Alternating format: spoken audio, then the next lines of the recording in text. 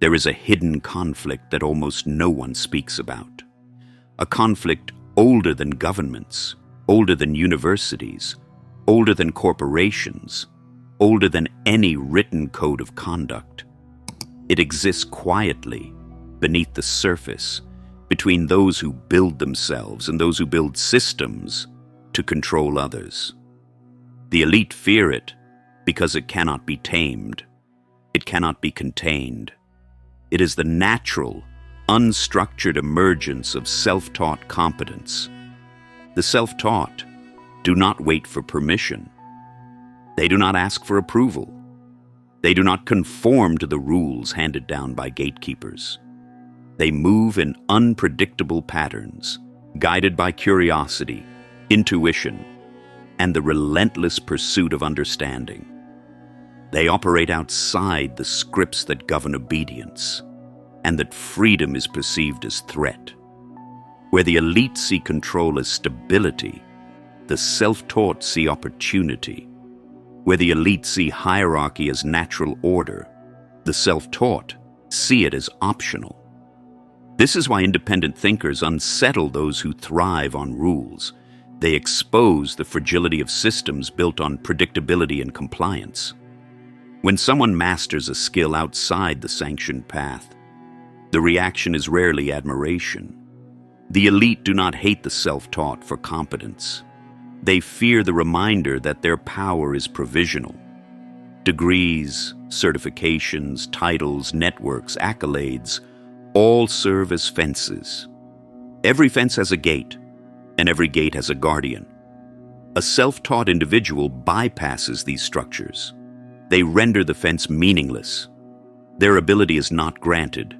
It is earned through trial, error, and relentless engagement with reality. And that threatens the very mechanism that maintains hierarchy.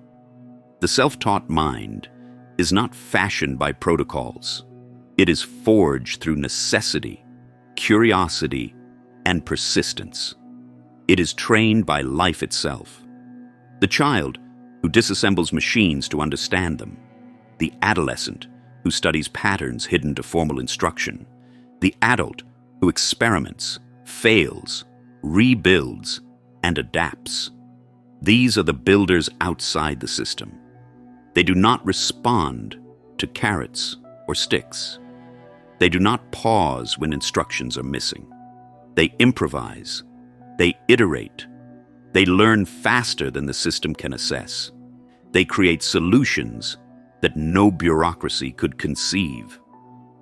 This is instinctive independence. This is power derived from mastery of circumstance, not permission. To the gatekeepers, this is chaos. Unpredictability cannot be cataloged, quantified, or scheduled. The self-taught does not wait for meetings, approvals, or lectures. They do not fit forms. They do not stay within lanes. They make their own maps. They follow their own processes. And when they succeed, it is not as a reflection of the system, but despite it. That is the quiet terror. Control, as the elite understand it, relies on predictability.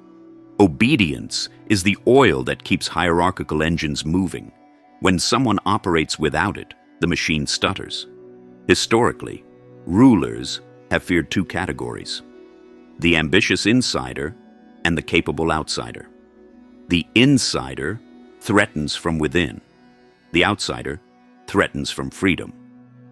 Machiavelli, centuries ago, recognized that the most dangerous adversary is not the one who seeks approval, but the one who does not need it. The self-taught is exactly that threat. They cannot be bought. They cannot be commanded. They cannot be contained by expectation. They rise not through favor, not through permission, not through accreditation, but through skill, curiosity, resilience, and the application of knowledge that is their own. This is why systems reward obedience and punish independence. Institutions are structured to encourage conformity. Schools prioritize punctuality over creativity. Corporations value consistency over insight. Governments reinforce dependency over initiative. Any deviation from the accepted rhythm is treated as danger, error, or rebellion. The self-taught ignores these rhythms. They learn from observation, experimentation, and failure. They improvise. They question. They discover patterns invisible to those trained to follow.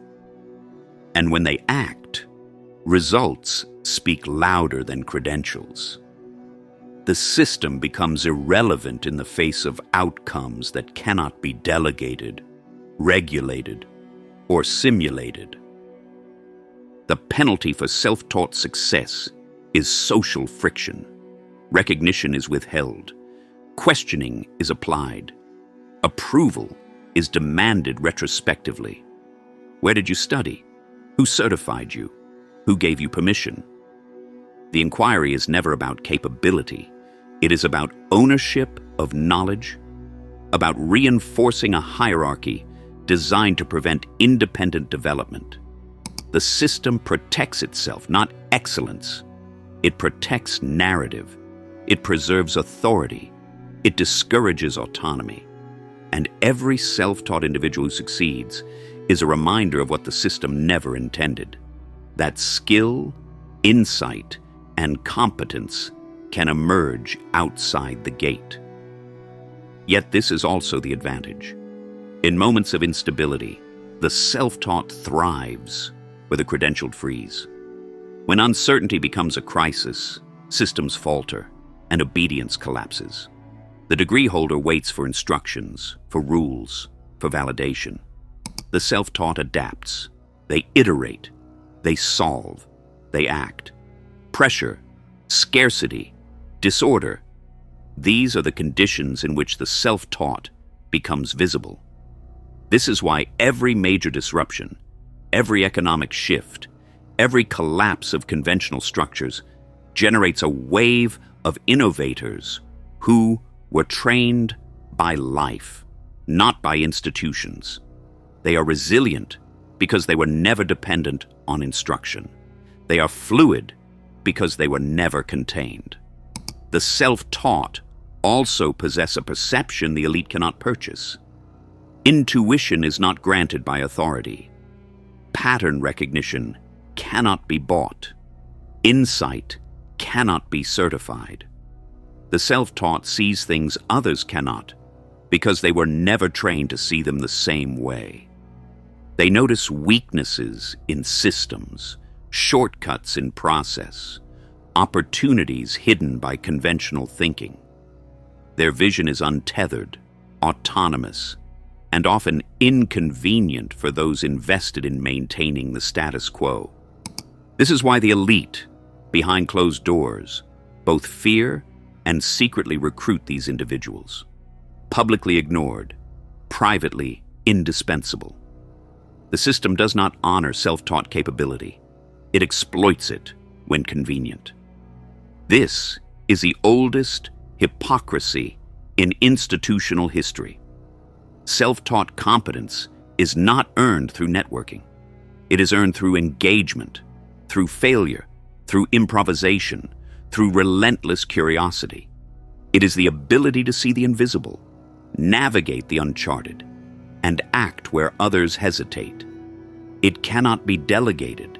It cannot be replicated through forms or titles, and it cannot be owned by the powerful. For that reason, it is both the most threatening and most valuable asset in any environment. The elite fear not the skill of the self-taught, but their autonomy. A mind that does not require permission cannot be measured, cannot be predicted, cannot be controlled. Independence itself becomes a political weapon. The self-taught does not need the system, and the system knows it. Power, as Machiavelli recognized, fears unpredictability, not failure. The unpredictability of someone who built themselves from curiosity and necessity is irreducible. It cannot be intimidated. It cannot be bribed. It cannot be contained. The self-taught thrives by ignoring authority. They do not seek approval. They do not conform to recognition. They are not motivated by prestige. They are motivated by results, by understanding, by creation. They do not negotiate the narrative. They build their own. They rely on observation, experimentation, and internal validation. And because of this, they are structurally immune to the social penalties designed to enforce compliance. They do not wait for permission. They create opportunity. They do not follow. They lead by example. For those who attempt to suppress independent thought, the self-taught represents a paradox. Their existence is a threat precisely because they expose the illusions that sustain authority. Their success demonstrates that the fences were never necessary, that the system is provisional, that mastery is independent of accreditation, that intuition and observation are forms of authority that cannot be issued by a certificate. The path of the self-taught is not effortless. It requires discipline, humility, and relentless curiosity. It requires learning from failure, improvisation, and iteration.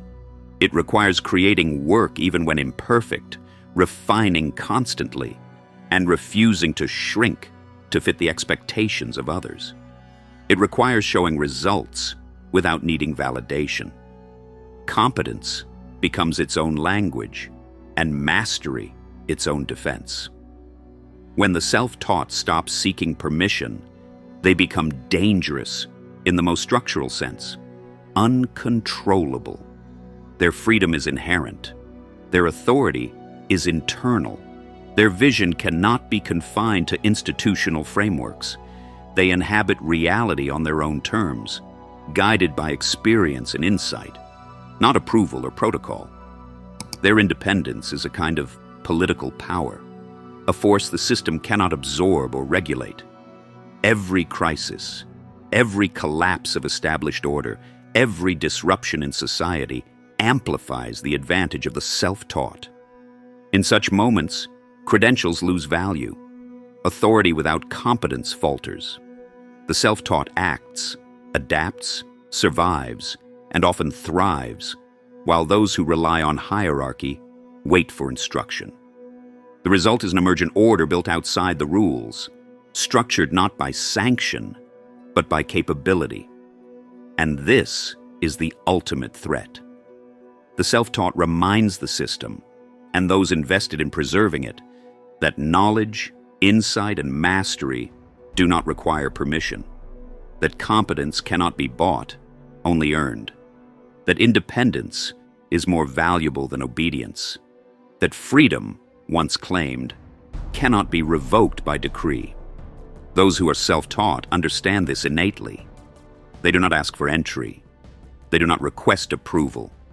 They do not validate themselves through recognition. They act. They create. They adapt. They solve. And by existing, they reveal the limitations of every system that relies on control over knowledge, not mastery of reality. The self-taught is a quiet revolution. They are invisible to the gatekeepers until their results cannot be ignored. Their power is structural, not performative. Their authority is internal, not delegated, and their independence is the single greatest disruptor any hierarchy can face. This is why the elite hate the self-taught. Not for skill, not for intelligence, not for audacity, but for autonomy. Not for rebellion, but for their refusal to belong. For the system, obedience is currency. For the self-taught, freedom is currency. And freedom cannot be taxed, controlled, or revoked. It exists outside the gate, beyond the fence, in the one space no authority can ever claim, the mind built by its own maker.